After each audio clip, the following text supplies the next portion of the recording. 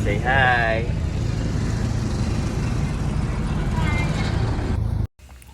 Maayong adlaw sa tanan. Karon ubaniday ko ninyo kay magkabo mi og tubig para amo imnunon kada semana. Before mineral ang among imnon pero taod-taod na pod nga wala na mi nag-inom og mineral water. So nga rin nami magkabanan para sa among imnunon kada semana sa Agua Dulce. Ang Agua Dulce nahimutang ni siya sa Barangay South, Ormoc City. So dugay na ni siya nga source og imnunon diri sa Ormoc City.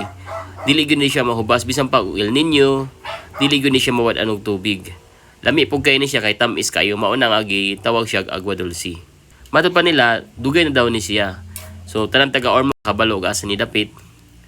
Panahon pa daw ni sa Castilla since nga na himo ning source og tubig. So kani silang mga bata nga misugat or mga tao nga nagatang diri mao ni sila imokabo, no? Mo ni muda sa imuhang mga container para kabaan ngadto sa source no diri sa Agua Dulce kanin dapita. So tag 5 ra ni ilang pangayo or depende ra pod og ganahan mo inyong pun-an.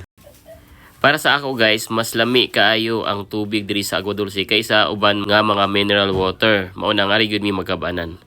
By the way, kung niabot mo diring dapita, daghang salamat kayo sa inyong pagtan-aw, no? Ug I hope nga padayon mo nga magasuporta sa akong mga videos and contents.